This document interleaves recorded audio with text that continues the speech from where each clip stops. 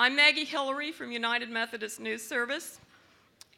This morning, we have with us two of the go-to people.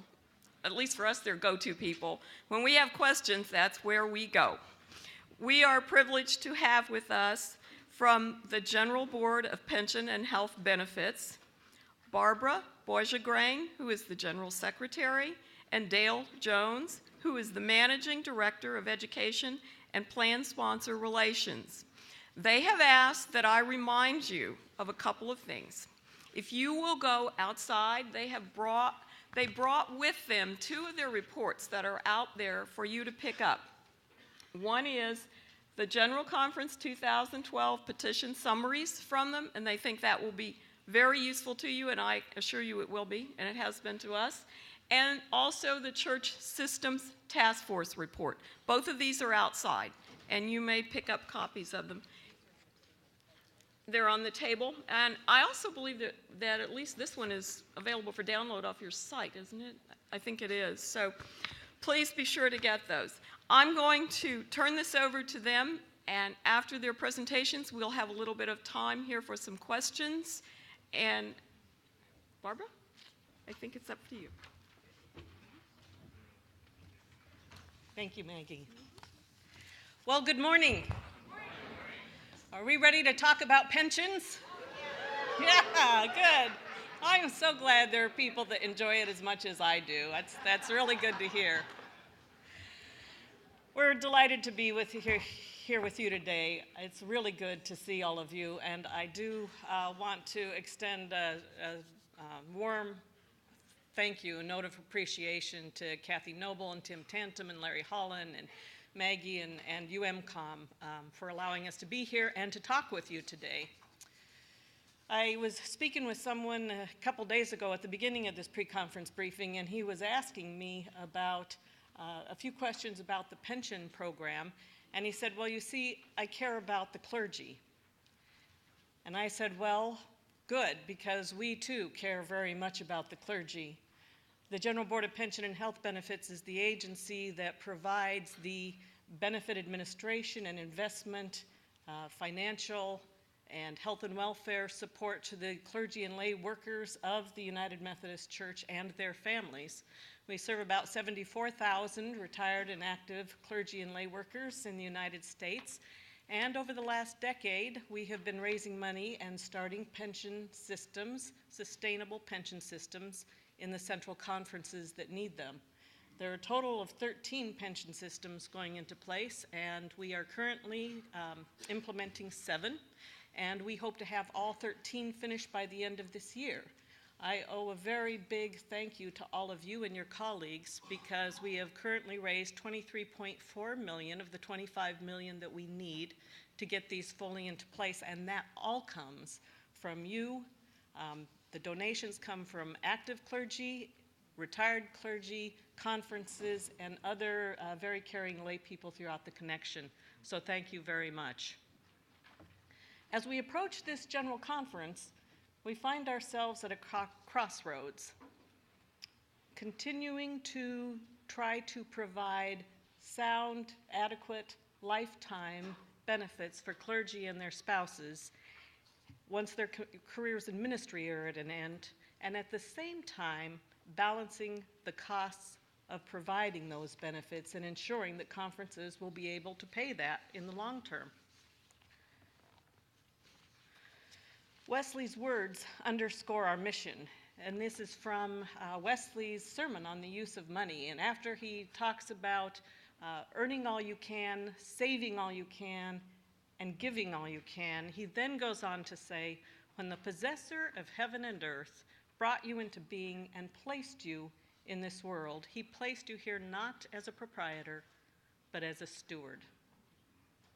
We take our stewardship role very seriously at the General Board of Pension and Health Benefits, and that role is over a century old. We celebrated our centennial in 2008, and in fact, this agency was brought into being first as the Conference Board of Claimants in 1908 through the General Conference. We are a church agency, as you know. We are a fiduciary of assets under management that secure the retirement futures for clergy and lay workers, and currently we manage about $17 billion. We are independent of general church funds. We do not receive any funds through the general church. We think it is very, very important to maintain independence of pension assets from general church assets or program assets.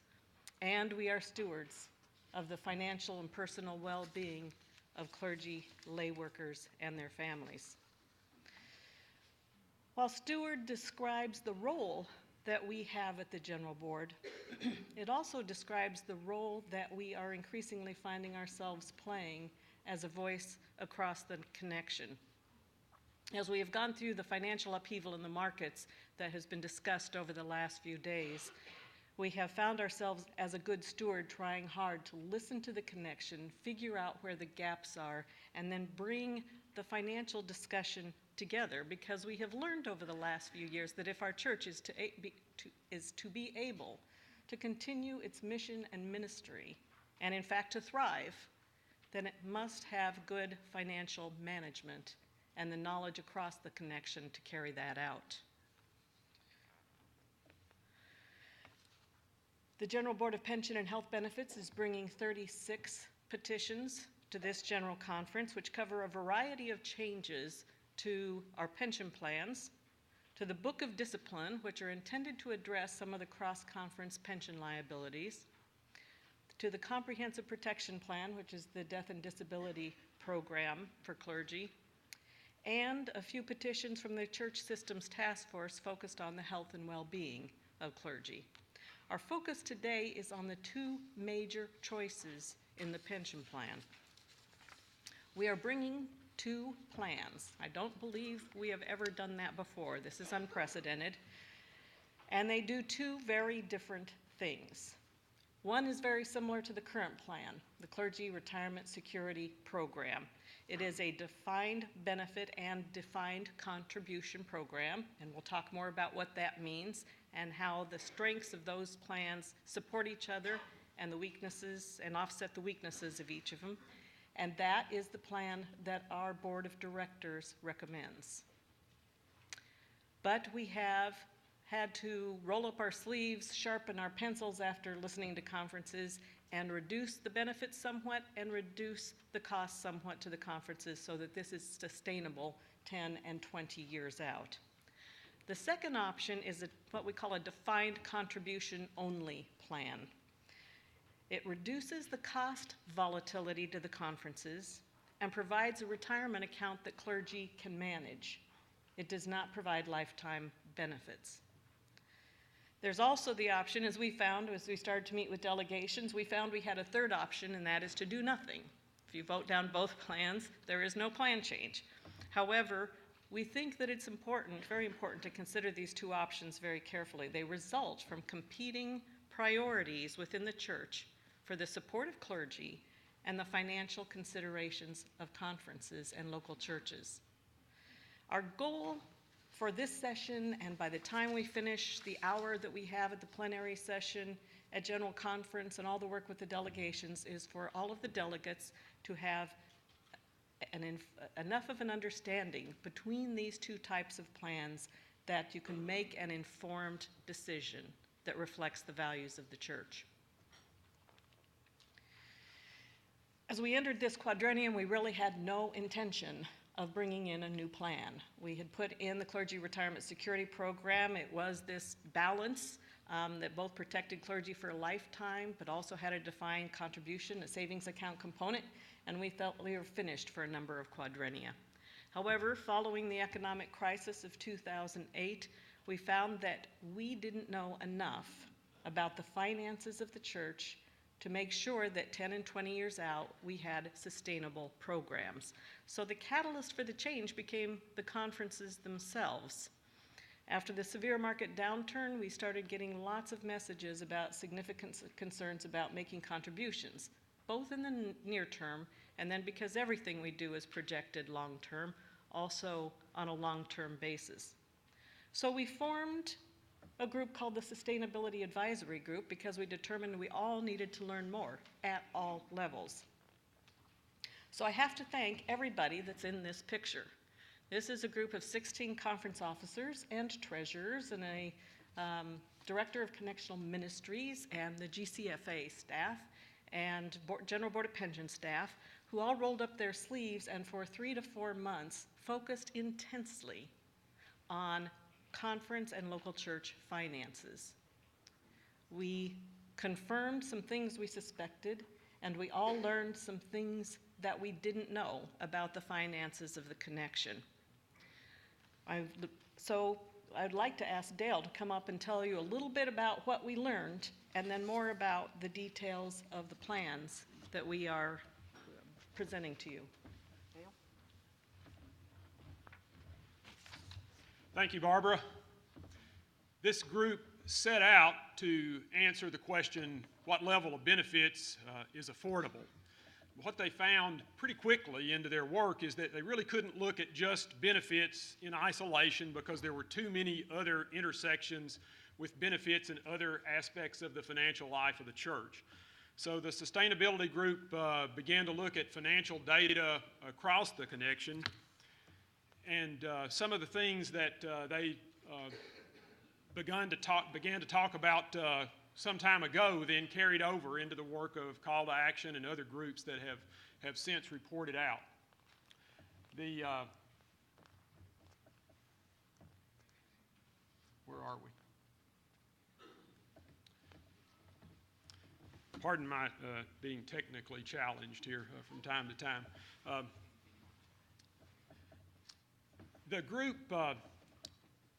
looked at local church expenditures,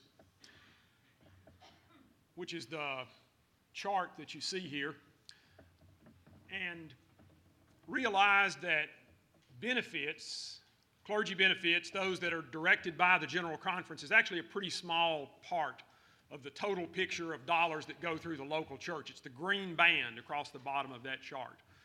Right above that is general church apportionments. Those are the two areas, the pension plans and the general church funds, that we've put a lot of emphasis on as a possible way to help reduce cost and relieve the burden on annual conferences and local churches. But they're actually a pretty small part of the picture. And over time, they've been increasing at less than the rate of inflation. On the other hand, they're a pretty big part of annual dollars that flow through the annual conference. Just clergy benefits alone, not only pension, but also health, which is an even greater component, on average across the connection amounts to about 50 cents of each dollar that flows through the annual conference. So while they're not a large part of the total picture at the local church level, they are at the annual conference level. And so therefore had to be given serious consideration. The rest of the large yellow block there are primarily things like operating expenses, payment on principal and interest, payment on debt, and compensation for non-clergy staff, lay staff, all of which have been increasing at greater than the rate of inflation over the course of the last number of years. And so the pressures of more and more money coming from, unfortunately, fewer and fewer United Methodists probably would have brought us to this place somewhere anyway. The economic collapse of 2008, I think, brought us there more quickly than where we are. And the sustainability group concluded that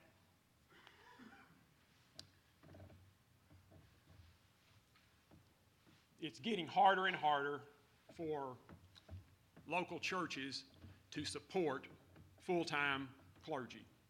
And in some cases, that pressure is exacerbated by conferences having too many clergy that they need to appoint. So it's not only a matter of the cost of benefits, but the number of persons that the benefits are being provided for as well.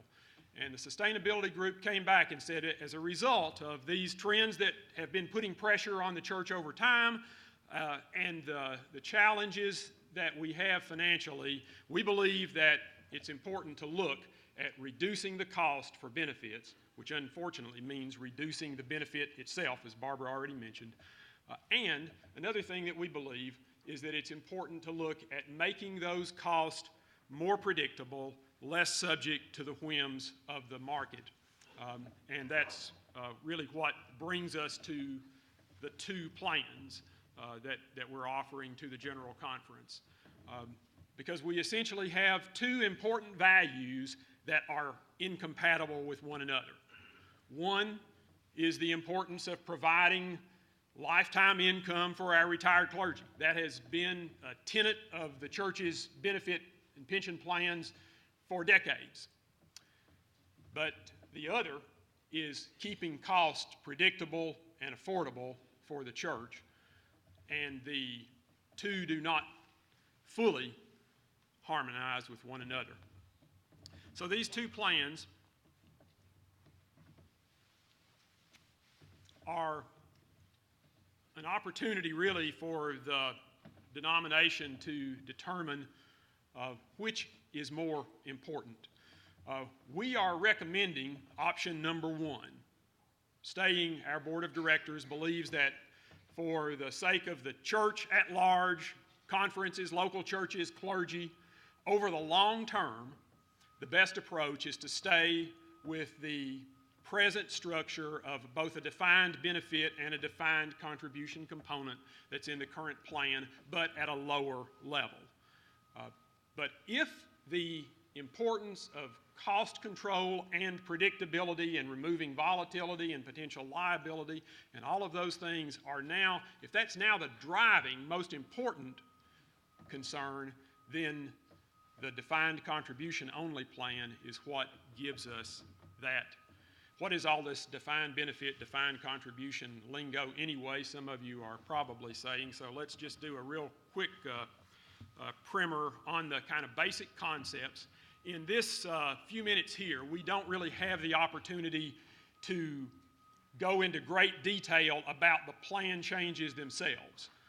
We welcome the chance to come and meet with your delegation to do that, and in fact, we've already met with about half of the delegations in one form or another, and have another dozen or so scheduled. So for the remaining 15 or so, 18 of you, we'd welcome the chance to come and talk through the details with you. I'd have to say I've been gratified to find that delegates have been interested in this stuff. You know, I was a little bit afraid, like when my kid was small, he came into the room where my wife and I were, asked her a question about something he was dealing with on his homework. She referred him to me. Your dad's pretty good at that kind of thing. He said, Mom, I don't want to know that much about it.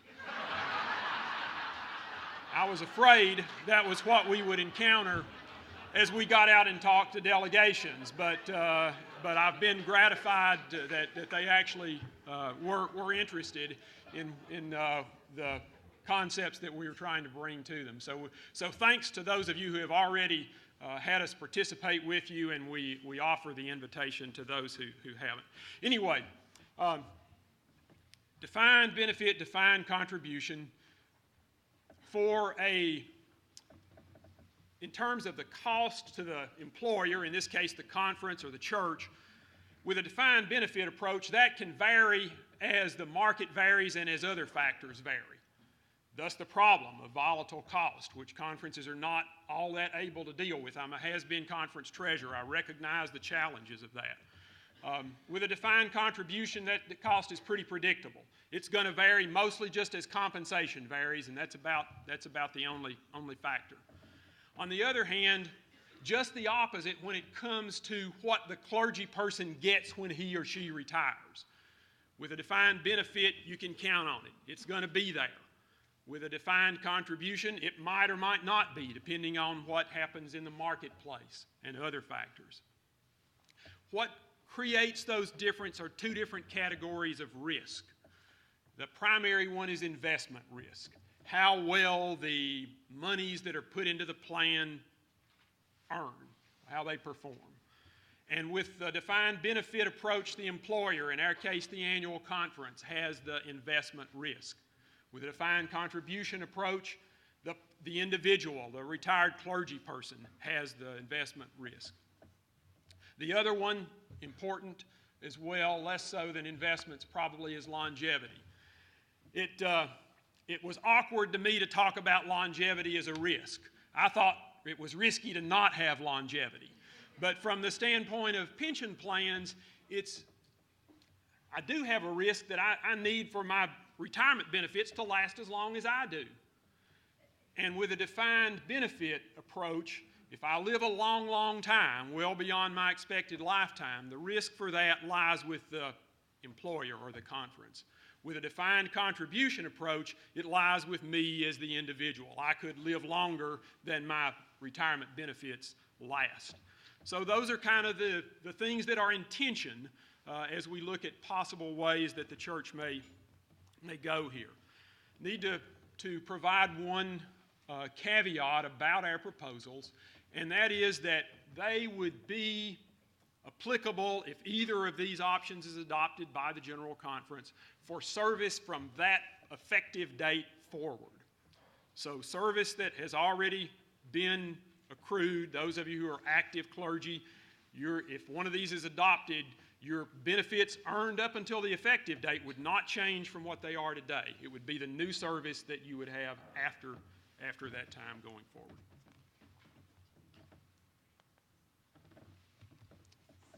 Either of these options will initially bring about a cost reduction of about 15%. But and that's overall across the entire U.S. Some conferences will be more, some will be less than that. And the differences will vary more from conference to conference in the defined contribution only approach than in the defined benefit, defined contribution combination. And that's because those costs are more dependent on individual clergy's compensation, which tends to vary a lot from conference to conference. So to wrap up on the plans themselves, our recommendation is to keep a combination plan with both elements where there is sharing of the risk between the conference and the participants. Over the long term, the defined benefit part of this approach gives us really more efficiency in terms of the benefit dollars that can be gotten out versus the dollars that the church puts in. We believe that it strikes the right balance that would be best in the denomination's long run, for the denomination in the long run. Again, however, our role is not to set the values for the church. And if the predictability of the cost and the avoidance of volatility and potential liability is now the primary driving factor, then we need to go the other way, which is the defined contribution only. Shifts the risk to the participants, but protects the conference from those types of fluctuations. You would have been disappointed if I didn't have at least one chart that looked like it came out of an economics class. How much time? Okay. The chart here is the pre-82 benefit levels, and I'm using it just to make a point about the thing I want to say next with regard to some other plan changes. The pre-82 benefit levels across the conferences versus the level at which those are funded. The church has allowed more flexibility in the old pre-82 part of its pension program than in any part since in terms of individual conference decisions, and less accountability and less requirement for funding the benefit as it was earned. With everything that we've done from 82 on, the focus has been on paying for it at the time that it was earned as opposed to paying for it later on when it began to be paid out. So what you can see here is that there's not necessarily a correlation between how high the conference's benefit level is and how well they are funded. And as a result of that dynamic and concerns that creates then across the connection about the shared liability of these pension plan benefits, we're bringing some additional retirement-related proposals to fund the older liabilities first, to reduce the potential liability in the ministerial pension plan, that's what MPP is the code for, and to address the concerns about one conference potentially endangering another conference by the benefit decisions that they make. And then finally, we have a few changes related to our death and disability plan. We can give you the details about this in a meeting or from the material on our website, but that are designed to keep that plan sustainable at its current cost level so that it is able to continue to provide adequate benefits over the time to come in the area of both disability benefits and retiree death benefits. Finally, as Barbara mentioned, we have co-submitted with the Church Systems Task Force some legislation that pertains to benefits. I commend their report to you. They did, their work is based in research, and it contains a number of items of broad interest beyond just the benefit area. And I'll turn it back to Barbara now for some closing remarks. For a quick wrap up, and we'll be down in just a minute. Just want to say again, we want to support you in every way that we can with information so that you and your delegations can make good decisions at General Conference. We have our website at www.gbphb.org that has all of our General Conference legislation on it. We have all kinds of information to support you. We are happy, willing, excited to come out and meet with your delegations and talk through this. The conference, one conference is our hero. They gave us 5 hours one day, and we're able to answer every question. It was just a great thing for us. So we think we worked through all the issues. Yeah. And we also have our media relations person here, Colette Neese, there in the back, and she's also at the booth, and she will get you whatever information you want or need. So please call or contact us. As you go forward into General Conference, you are in our prayers. We wish you all the best. We want to support you every way we can. And we know that the decisions that you will make will affect many, many clergy for many years to come. God bless you, and thank you for this time. Maggie?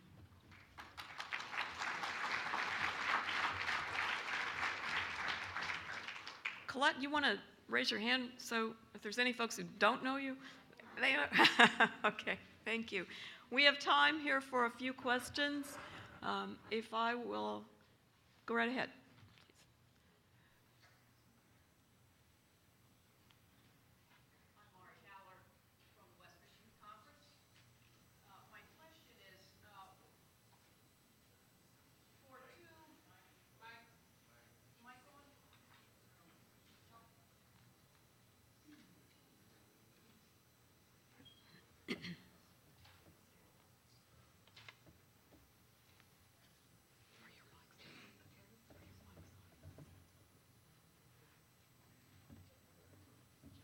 Okay, Laurie Haller, West Michigan Conference. My question is, for a person who's been in ministry 20 years right now, what will the difference be in the pension that they receive when they're retired as opposed to if we would keep in the same plan that we have now? Have you done those projections? And then have you done a projection on if a new person's going into ministry now, what will the difference be between now and the two plans that are being proposed? Don't think these are on, are they? Okay. Okay. They are now. Yeah, Lord, for a person who's going into ministry new, and say they had a 30-year career, I know we've looked at those numbers. The difference would be about a 15% reduction in their retirement income, or possibly more because of a proposal that we're making regarding possibly more for a married clergy person because of a proposal that we're making with regard to support for spouses. And I can get into the details with any of you who want to know more about that. For a person who's already been in ministry, the closer they are to retirement, the less the impact. So if 20 years is, say, 2/3 of a 30-year career and the person served another 10, then you maybe could take a third of my 15% and be pretty close. I don't know that I have those exact numbers. Also want to say that we don't ask for 5 hours when we come meet with your delegation. We were glad to have it that time, but we can have a good discussion in an hour and a half or an hour if we need to. So.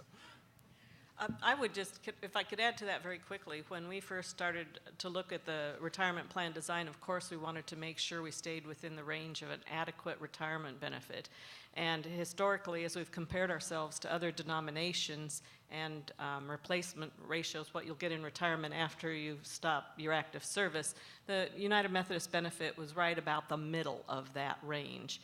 And so with this design reduction, we worked very hard to reduce it so that it stayed within the range of an adequate benefit in retirement, but it is now lower in that range. But we wanted very much to stay within that range. Other questions? Yes.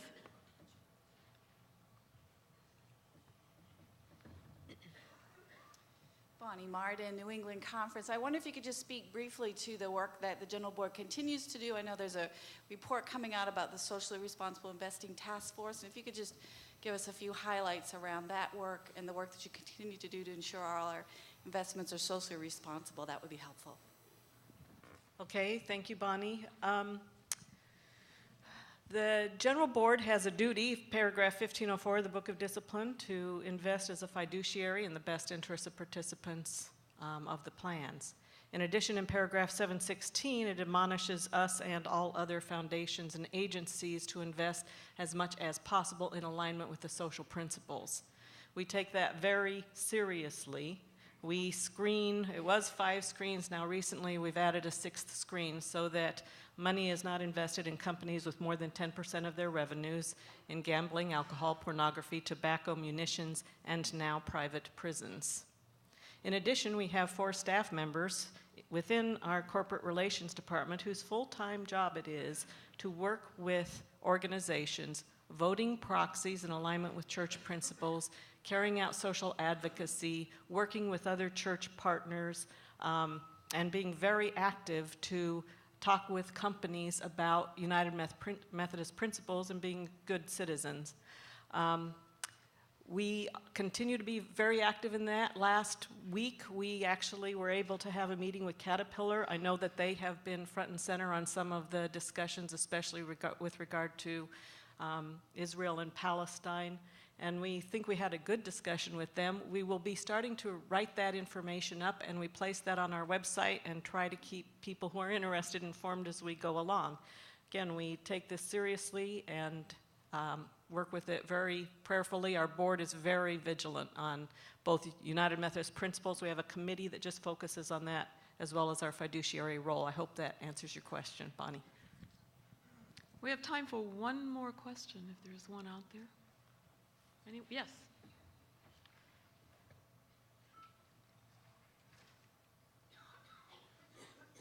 I'm Tom Berlin. I'm a pastor from Virginia, a clergy delegate. It seems that a defined benefits plan, by its very nature, is based on the optimism that an organization will be stable or growing in the future. And so I'm curious why you're recommending the option that includes defined benefits. I want to state personally, I am a hopeful person. I work that way in my church every day, but I'm also a pragmatist. And so listening to Lovett Weems talk about the age tsunami, listening to the statistics that have come to us in other forums and other places, help me understand your optimism over the next 30 years, because my fear is, and I'm trying not to make a speech, but it's just my question. My fear is the church has a duty to care for the vulnerable. And clergy at the age of 80 who find out that optimism was not well-founded are very vulnerable. So it's not that I lack a theology of hope in my question, it's just I'm just curious where your optimism is coming from. Frankly, I'd like more of it in my own life, so that's my question. It's a very good question, and we too look at all of the charts and the demographics and stare at them long and hard. And we also have a theology of hope, but we try not to build that into our actuarial assumptions.